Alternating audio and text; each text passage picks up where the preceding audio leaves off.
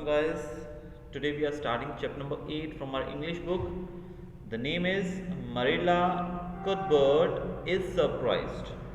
Now, this is a story about two middle-aged brother and sister, and they want to adopt a young boy.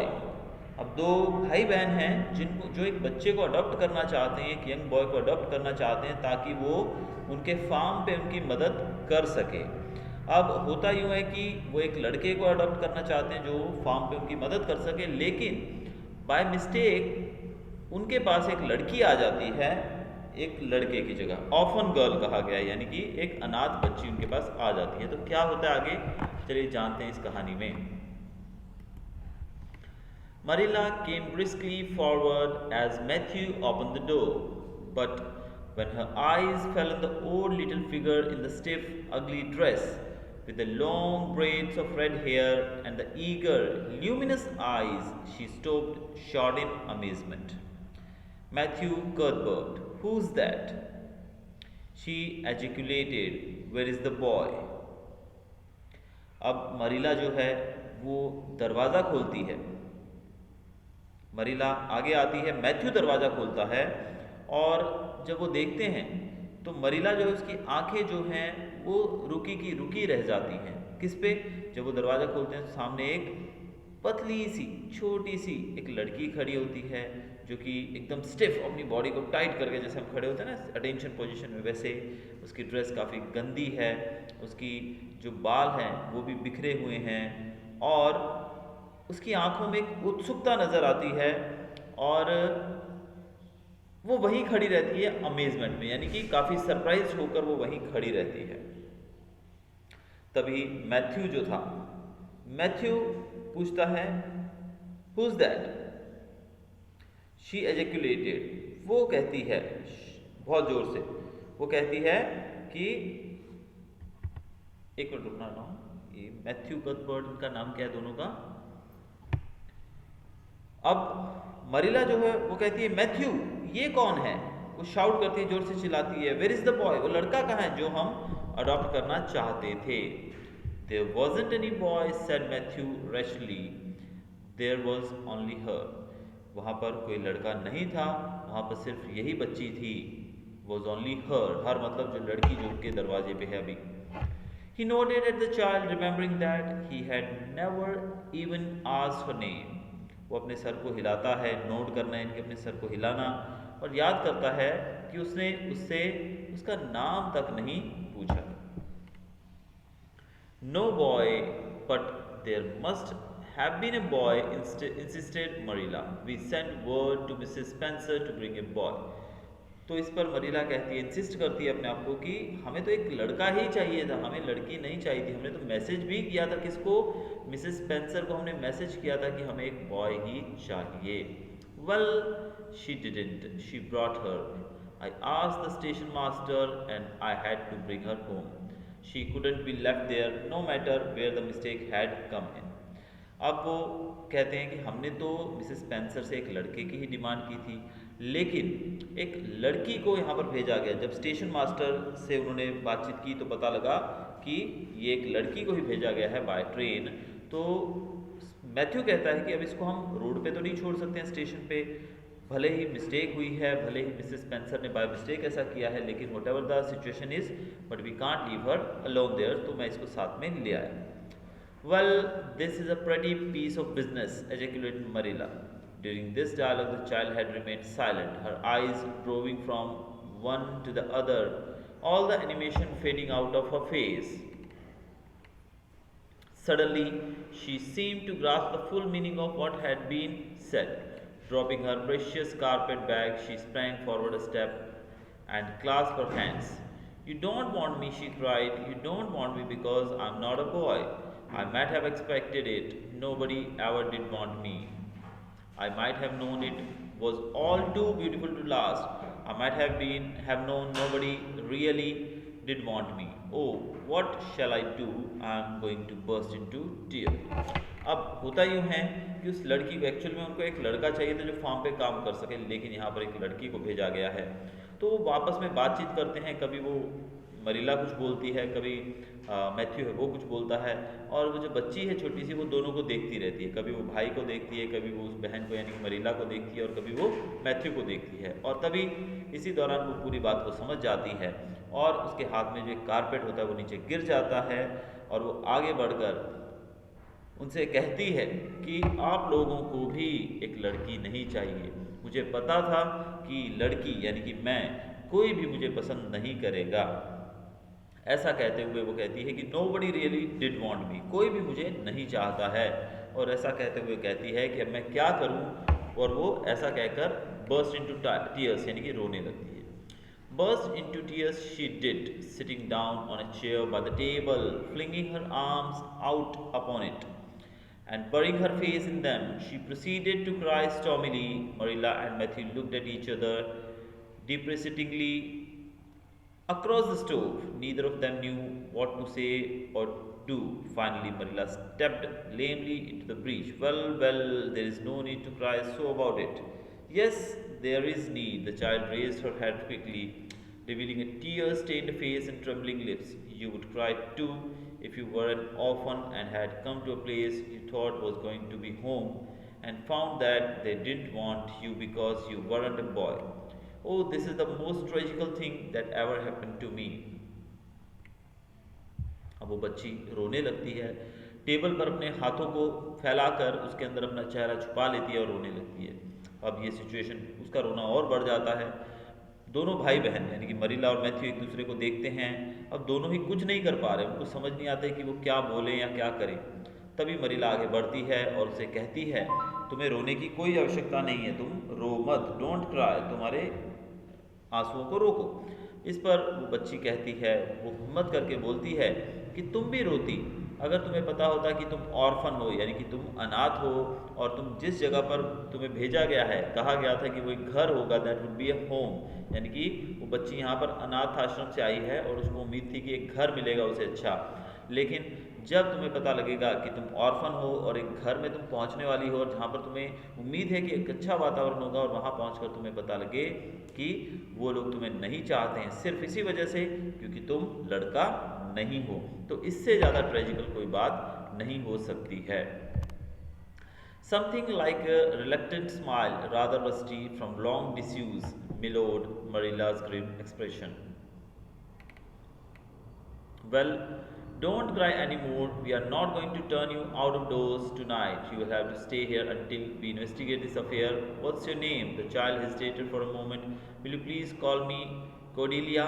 She said eagerly. Call you Cordelia? Is that your name? No, it's not exactly my name, but I would love to be called Cordelia. It's such a perfectly elegant name.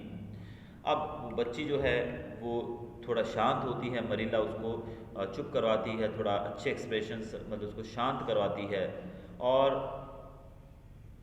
उसे कहती है कि अभी तुम्हें और रोने की ज़रूरत नहीं है, डोंट क्राई एनी मोर, और मत रो, और हम तुम्हें यहाँ से निकालेंगे नहीं, एटलीस्ट तुम आज रात तो यहाँ रुकोगी, और हम आगे इसी मैटर को इन्वेस्टिगेट करेंगे, यानी कि हम पता लगाएंगे कि गलती कहाँ हुई है, उसके बाद ही हम कुछ डिसीजन लेंगे, तुम अपना नाम बताओ। तो बच्ची थोड़ी देर तो हेजिटेट करती है, हिचकिचाहट महसूस करती है, फिर बोलती है कि मेरा नाम है कोर्डेलिया, और कहती है कि मुझे आप कोर्डेलिया बुला सकते हो। तो मरीला पूछती है कि क्या ये तुम्हारा नाम है? बोलती है नहीं, मेरा नाम तो नहीं है, बट मुझे कोर्डेलिया जो है एक परफेक्ट नाम लगता है, इसीलिए मैं चाहती हूँ कि आप मुझे उसी नाम से बुलाइए। I don't know what on earth you mean, if Cordelia is it your name, what is? Annie Shirley reluctantly faltered, for the honor of that name, but oh, please do call me Cordelia. It can't matter much to you what you call me, if I'm only going to be here a little while, can it? And Annie is such an unromantic name. अब वो बच्ची कहती है कि मेरा नाम Cordelia नहीं है, मेरा नाम है एनी शर्ली। नाम यहाँ पर देखिए बताया गया है एनी शर्ली, और वो कहती है कि मेरा नाम है एनी शर्ली, लेकिन उससे कोई फ़र्क नहीं पड़ता है कि आप मुझे किस नाम से बुलाते हो, क्योंकि मैं तो यहाँ कुछ ही देर के लिए आई हूँ और मैं यहाँ से कुछ ही देर में चली जाऊँगी, क्योंकि जैसे कि हमने देखा कि उनको एक बॉय चाहिए था वहाँ पर काम करने के लिए, इसलिए वो बोलती है कि आप मुझे किसी भी नाम से बुलाओ, दैट डजंट मैटर, क्योंकि मैं तो यहाँ कुछ ही समय की मेहमान हूँ। और ऐसा कह के वो कहती है कि एनी जो है वो काफ़ी अनरोमांटिक नेम है, इसलिए उसे आप कॉर्डेलिया ही बुलाइए। Very well, then Annie spelled with an E. Can you tell us how this mistake came to be made? We sent word to Mrs. Spencer to bring us a boy. Were there no boys at the asylum? Oh, yes, there was an abundance of them, but Mrs. Spencer said distinctly that you wanted a girl about 11 years old, and the matron said she thought I would do. You don't know how delighted I was. I couldn't sleep all last night for joy. अब any यानी उसका नाम लिया जाता है any, और मेरिलिया कहती है कि मिस्टेक कहाँ हुई, कहाँ गलती हुई कि हमने तो एक बॉय के लिए मिसेस स्पेंसर को बोला था कि एक बॉय चाहिए हमें एसिलम से। एसिलम मतलब अनाथ आश्रम जहाँ पर वो बच्चे रहते हैं, तो एसिलम से हमें एक लड़का चाहिए, लेकिन हमें तो मिसेस स्पेंसर ने तुम्हें यहाँ भिजवा दिया है। तो इस पर वो बच्ची बताती है कि वो मरिलिया पूछती है कि क्या वहाँ पर लड़के नहीं थे।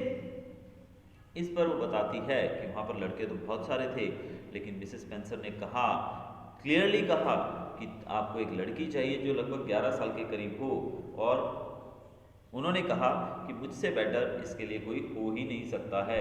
और मैं इतनी उत्साहित थी, इतनी ज़्यादा डिलाइटेड थी कि मैं पूरी रात सो नहीं पाई खुशी के मारे। We want a boy to help Matthew on the farm. A girl would be of no use to us. Take off your hat. I'll lay it and your bag on the hall table. वो बोलती है कि हमें एक लड़का चाहिए था जो मैथ्यू की फार्म पे हेल्प कर सके। तुम लड़की हो इसलिए तुम कोई काम नहीं करवा सकती हो फार्म के ऊपर, अपनी हैट उतार दो और मुझे दे दो, मैं उसे हॉल के टेबल पे रख देती हूँ आपके बैग के साथ। And he took off her hat meekly. Matthew came back presently and they sat down to supper. But Annie could not eat. In vain she nibbled at the bread and butter, pecked at the crab apple preserve the little out of the little sealed glass dish by her plate. She did not really make any headway at all. You are not eating anything, said Marilla sharply, eyeing her as if it were a serious shortcoming. Annie sighed. I can't. I am in the depths of despair. Can you eat when you are in the depths of despair? I've never been in the depth of despair, so I can't say, responded Marilla. Weren't you? Well, did you ever try to imagine you were in the depths of despair? No, I didn't. तो यहाँ पर वो दोनों सब लोग खाना खाने बैठते हैं, तो वो बच्ची जो है वो काफ़ी ज़्यादा, उसको दुख तो होगा ऑब्वियसली क्योंकि वो एक नए घर में आई थी, लेकिन उसे पता लगा कि वो यहाँ पर कुछ ही समय की मेहमान है, तो ऐसे में उसे यहाँ से जाना पड़ेगा, इसलिए वो अंदर से टूट चुकी है, वो बहुत ही ज़्यादा दुखी है, इसलिए वो प्लेट को बस ब्रेड को थोड़ा थोड़ा टुकड़ों में तोड़ रही है, कुछ भी खा नहीं रही है। जो भी वहाँ पर खाने की चीज़ें पड़ी हैं, ब्रेड बटर है या फिर एप्पल प्रिजर्वेटिव जो भी बताया गया, वो सब चीज़ें वो बस देखती जा रही है, उनको हाथ से इधर उधर छेड़ रही है, टुकड़े करके रखती जा रही है, कुछ भी खा नहीं रही है। तो इस पर वो उससे पूछते हैं कि क्या, मरिला पूछती है कि क्या तुम खा क्यों नहीं रही हो कुछ, तो वो बोलती है कि अगर आपको पता हो कि आप इस सिचुएशन में, मेरी सिचुएशन में, यानी कि बहुत ज़्यादा डिस्पेयर में, बहुत ही ज़्यादा आप हतोत्साहित हो, तो ऐसे में क्या आप कुछ खाओगे? तो इस पर मरीला बोलती है कि मेरे साथ ऐसा कभी हुआ नहीं, मैं इमेजिन भी नहीं कर सकती हूँ कि मेरे साथ ऐसा कभी हुआ हो, इसलिए मुझे नहीं पता कि what you are thinking. Then I don't think you can understand what it's like. It's a very uncomfortable feeling indeed. When you try to eat, a lump comes right out up in your throat and then you can't swallow anything, not even if it was a chocolate caramel. I had one chocolate caramel once 2 years ago and it was simply delicious. अब वो बच्ची बोलती है कि अगर आप uncomfortable feeling यानी कि डिस्पेयर, तो मतलब एकदम निराशा की स्थिति में हो, तो उस समय आप कोई भी चीज़ खा नहीं सकते हो, क्योंकि अगर आप कुछ भी खाने जाओगे तो कोई भी निवाला आपके गले से नीचे नहीं उतरेगा, भले ही वो फिर चॉकलेट कैरेमल यानी कि कोई भी स्वादिष्ट चॉकलेट क्यों ना हो। हाँ, पिछले साल लगभग बोल रही है कि वंस 2 years ago यानी कि 2 साल पहले मैंने पहली बार एक चॉकलेट कैरेमल खाया था जो कि बहुत ही स्वादिष्ट था। I've often dreamed since then that I had a lot of chocolate caramels, but I always wake up just when I am going to eat them. I do hope you won't be offended because I can't eat. Everything is extremely nice, but still I cannot eat. वो बच्ची बोलती है कि 2 साल पहले मैंने chocolate caramel खाया था और मैं हर रोज़ सपना देखती हूँ कि मैं एक कैरेमल खाने वाली हूँ, चॉकलेट कैरेमल, लेकिन जैसे ही मैं उसको खाने लगती हूँ मेरी आँख खुल जाती है और सपने में भी मैं उसको नहीं खा पाती हूँ। आप बुरा मत मानिएगा, मैं कुछ खा नहीं रही हूँ इसलिए, क्योंकि खाना बहुत ही स्वादिष्ट है, सब कुछ ठीक है, लेकिन फिर भी मैं नहीं खा पाऊँगी। I guess she's tired, said Matthew, who hadn't spoken since his return from the barn. Best put her to bed, Marilla. अब मैथ्यू बोलता है कि मुझे लगता है कि थक चुकी होगी। जो अब तक शांत था, मैथ्यू अभी तक कुछ नहीं बोला। देखिए, मैरिला और इस बच्ची के बीच में ही अभी तक जो भी कन्वर्जेशन था वो हुआ, और ये पहली बार मैथ्यू बोलता है कि ऐसे करो, ये थक चुकी होगी, इसे सुला दो।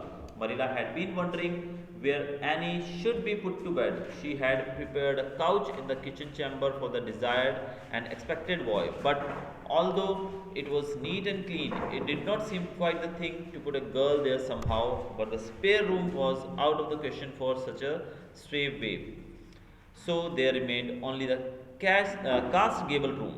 अब मरीला जो है वो सोच रही थी, एक्चुअली वो क्या बिलीव कर रहे थे कि कौन आएगा उनके घर में, एक बच्चा आएगा, एक लड़का आएगा, जिसके लिए उन्होंने किचन चैम्बर में एक प्रिपेयर कर रखा था, एक काउच जहाँ पर वो सो जाएगा। लेकिन एक बच्ची को जो कि वहाँ पर सोएगी वो पॉसिबल नहीं था। एक निगलेक्टेड चाइल्ड, यानी कि एक होमलेस चाइल्ड वहाँ पर सोएगा, ऐसा पॉसिबल नहीं था। उनको इसमें अच्छा नहीं लग रहा था, इसलिए उन्होंने उस लड़की को वहाँ सोने के लिए नहीं भेजा।